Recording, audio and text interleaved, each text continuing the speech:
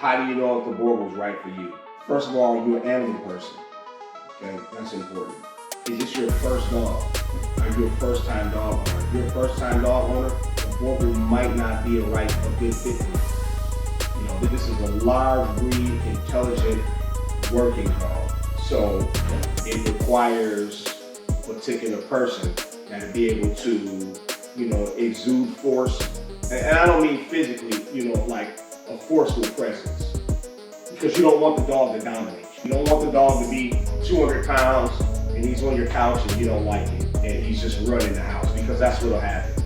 Do you have the space? You know, do you live in a one-bedroom apartment in Brooklyn? Right? If that's the case, the Boerboel might not be for you. It's a small space and it's kind of not fair for the dog. You know, that dog will get to the point where he's getting cooped up and confined, and now he's acting out. He's looking for things to do, which they naturally do.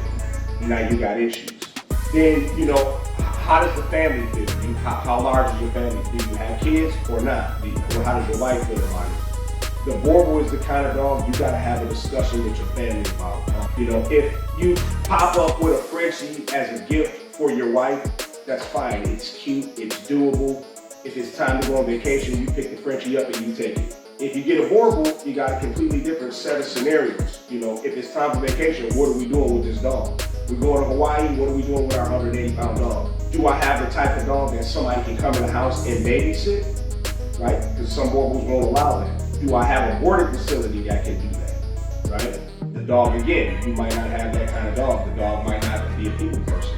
Do I have a facility that will even accommodate a dog that size? So, you know, these are things you need to think about before jumping in, you know, going on social media and saying, oh, it's a cool dog, I want to get one. And the next thing you know, you got a 180-pound disaster on your hands because you were just clueless of what you were getting into as far as training and discipline and all of the steps to have a successful partnership with the board.